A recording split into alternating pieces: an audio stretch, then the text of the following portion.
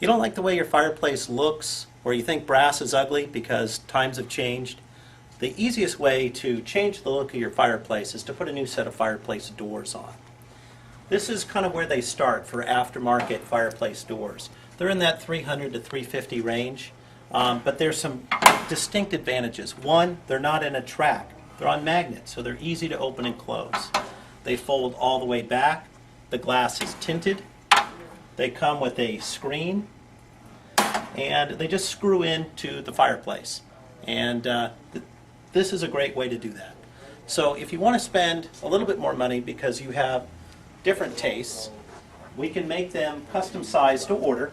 You choose the finish, you choose the glass, you choose what kind of screen you want, and we have lots and lots of options.